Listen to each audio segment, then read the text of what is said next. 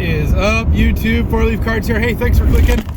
Today I'm doing a little video response for Mike over at Baseball Collector, and he's celebrating 5,000 subscribers. Just absolutely crazy. Congrats, Mike, if you're watching.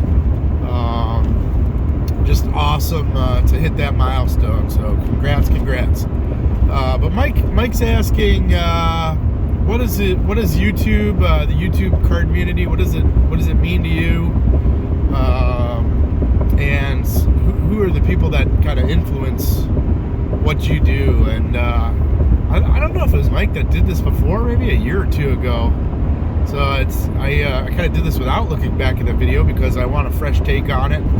But I know I've done this before. But YouTube's been a funny one. I mean, it's been awesome. Just never. If you'd asked me this a couple years ago, because we're coming up on our 3-year anniversary here, and 1,000 videos. Oh my gosh, I can't believe I've done almost 1,000. We're like 990. Absolutely crazy. Sorry for the fog today too, by the way. I like to do these thinking kind of videos while I'm driving, and usually we got some nice scenery, but it's fog today. We got a little clearing here, but I'm sure back in the valley we'll go down into fog. But I always like showing you guys kind of where I'm from and where I'm driving, where I'm working, and that kind of stuff. So here it is. That's what we got today. One of those kind of days. But anyway, so we started YouTube 3 years ago. I kind of got on YouTube a little bit before I started making videos. I think that's a common theme. You know, you're checking it out and you see something, and you know, in the beginning there was jabs for me. I think it's just the algorithms. You know, if you just put in like baseball cards, you get jabs.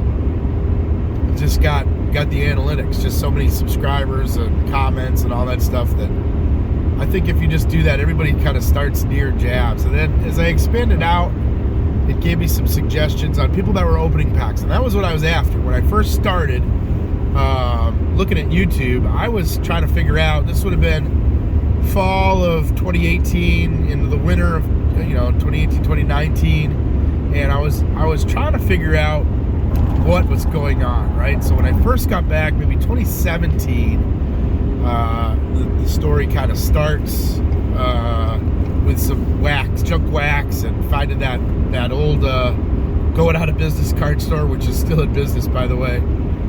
Buying some junk wax, which is what I do, right? Just getting back to my childhood. And I got to talking to the guy down there. I was down maybe for my 3rd visit or 4th visit into that card shop after a while, and he said, well, what do you want to buy? And I said, well, I don't know. So I started watching videos just to see people opening things, to see what's in them. Is that a product that I wanted to buy? Did it look cool enough? The inserts, is it worth the money? This was back when prices were about half what they are now. So I was still trying to figure out where's the value? Where do I get the most bang for my buck? My entertainment value. Not for flipping, but because we don't sell anything. Well, not anything, but we've only sold like 10 things total in my whole life. Anyway, so I was watching a lot of people open stuff, and finally I just came to the point where it's like, hey, if I'm opening something, I better show what I'm opening so I can help somebody else out. So my first video was the Gems of the Game. It was like 1 graded card and 5 packs or something in there. And I opened it up, and it was basically shit. Like, this is junk. So I don't think I recommend you buy this, but it's up to you. You might find value in it, but here's what we got, so make your own decision. And so for a while there, I was, just opening some packs on videos, and then I started to buy singles and realized, okay, I gotta catch up here. So for a while there, we were doing a lot of ComC. I was just going on ComC and buying whatever cards I thought were cool. And there were a lot of them. We're talking thousands. And we'd have 30-40 minute videos of just card after card after card, what was coming in my ComC order. And I think it was Bob Lewis that said, hey man, your videos, I love your stuff, but I don't have 40 minutes to watch you just go through singles, you know. So chop it up a little bit, and you know, make 10 videos out of a COBC order that are, you know, 10 minutes or whatever. So we started doing that. That's how I kind of got on this 1,000 video trip here. I ran into Ricky Russo. Now he opens a lot of nice stuff, or did. Rest in peace, Ricky Russo. But Ricky Russo is every day. Every day. The guy had 5,000 videos or something like that. And shit, man, everything was bangers, man. Bangers, bangers, bangers. All expensive, high-end stuff. And so I was like, okay, I'm going to try to show something every day.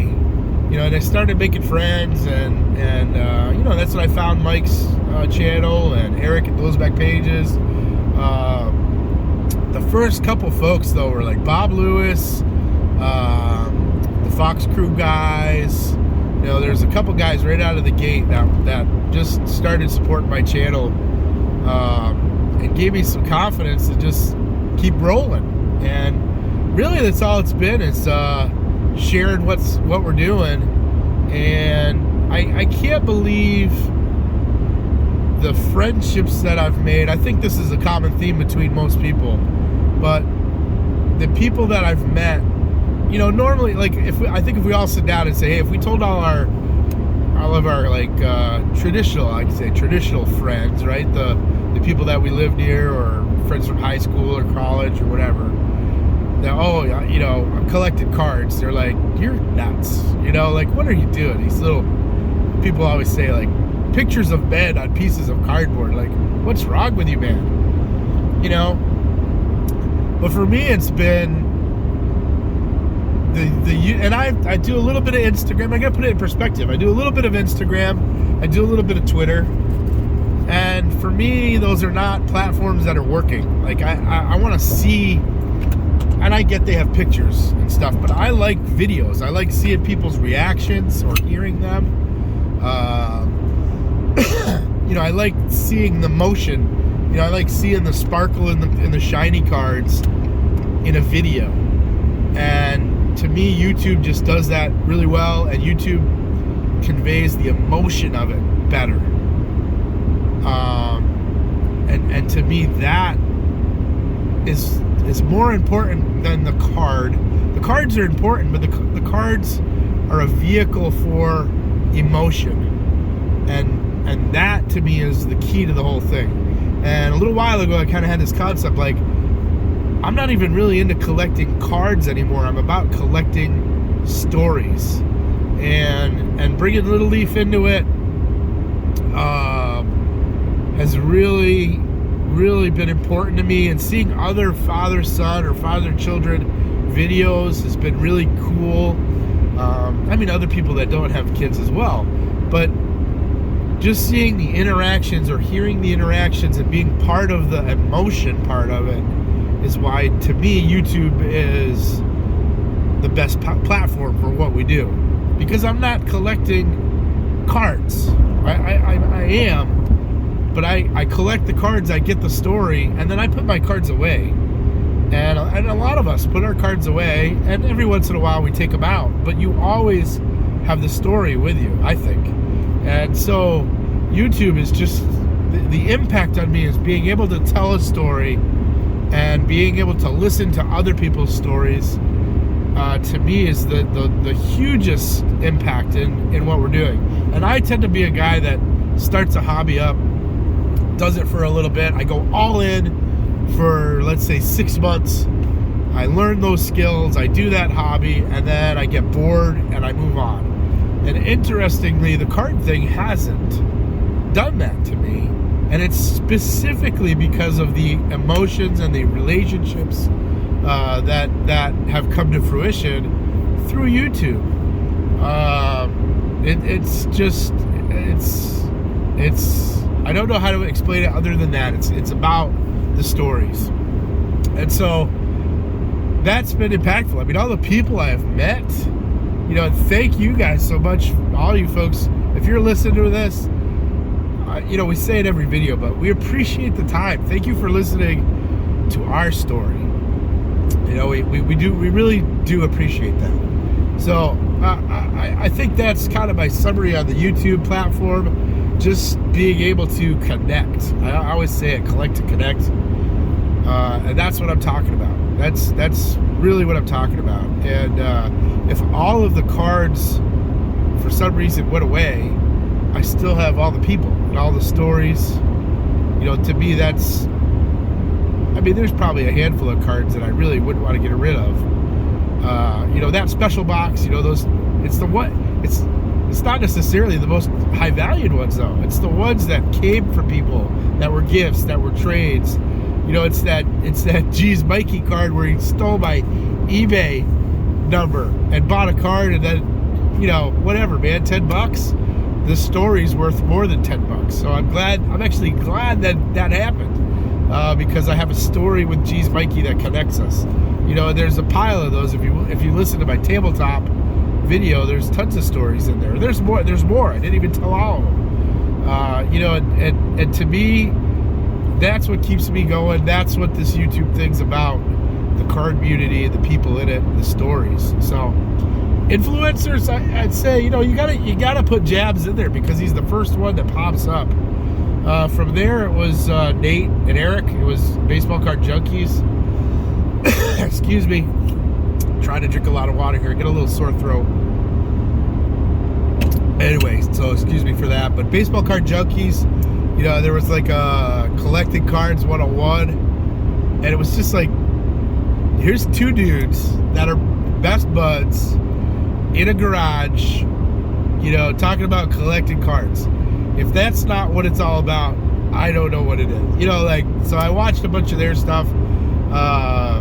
Wish they kept going. You know, Eric's busy with other stuff, but Nate keeps it going. Just, I love Nate's enthusiasm. You know, it's interesting to watch somebody super collect somebody. Not that you have to do that, but Nate's got a great collection outside of Barry Bonds. Let's not forget that too. You know, Eric those back pages. Bob Lewis was the first person that I talked to on the phone. That was kind of, you know, I tend to be a fairly you know, shy person that way. Not shy, but you know, when it comes to the internet, you don't need everybody knowing your business. And we start off, it's all about the cards. Nobody needs to see the face. Probably get that question all like, hey, why don't you just show your face, man? We want to connect with you. We want to know who you are. And it's not that I don't want anybody to know who I am, but it's about the cards. So I tend to tell the cards and the stories, and I've just stuck with that. I don't know. Will I ever show the face? I don't know.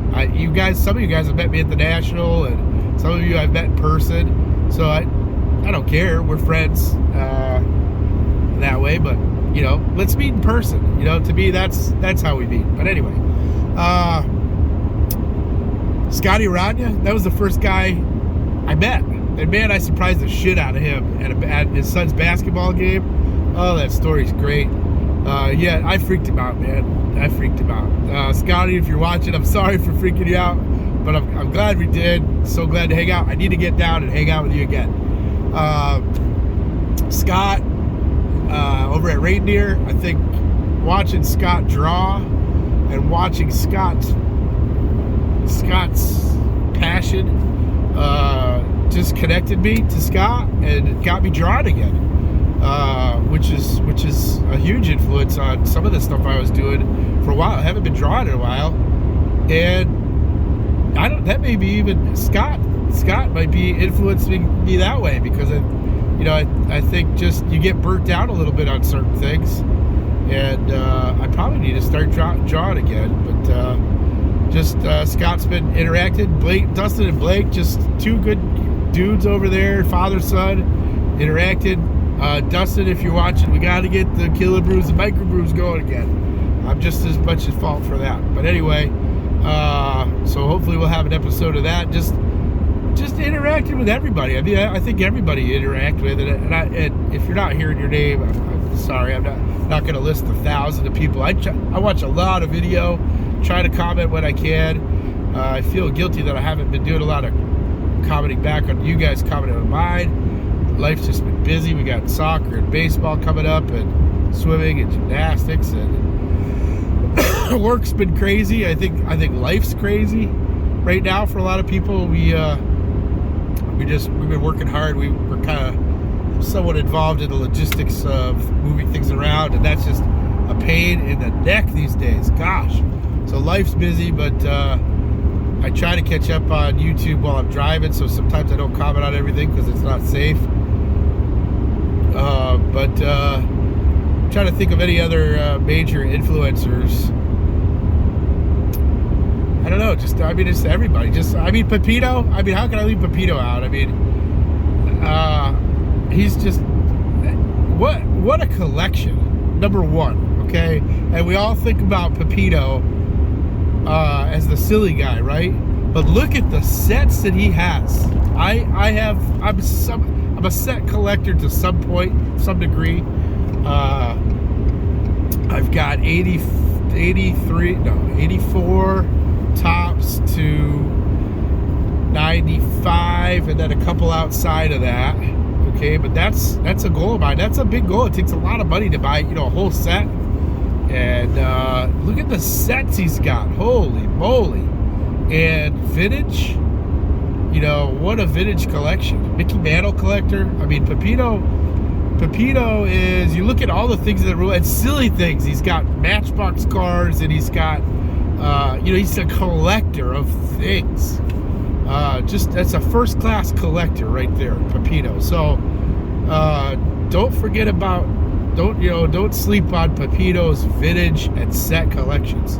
But Pepito too, he's silly. He's when you look at his videos, I think it gives people confidence to say, hey, he's being silly. He hits the record button and he doesn't, just goes.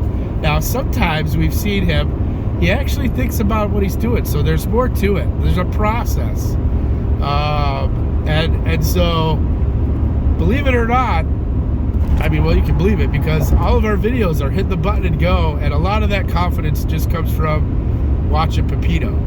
We're not fine-tuned, we're not edited. We edit a little bit, but it's very minor. If I have to edit something out or something like that, it's hit the button and go, and it's raw.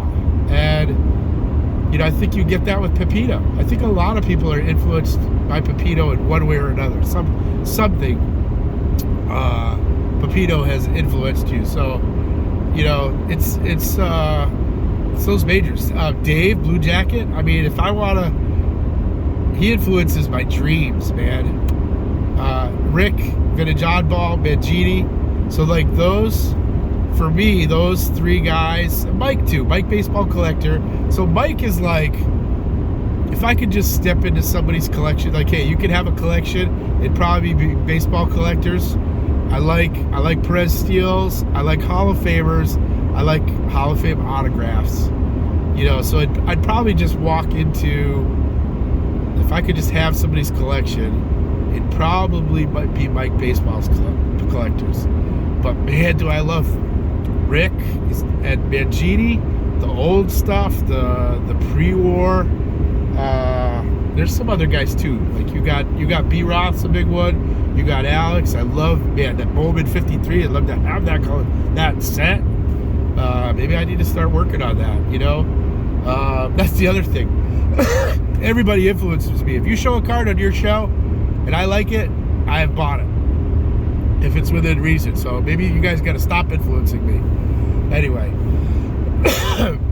But, there's tons of people out there that you watch it and you're sharing collections. And to me, I think it's the excitement when somebody gets something and they show it off. Yeah, the card's cool, but the excitement about it is contagious. Wow, that's really cool. I want to see that.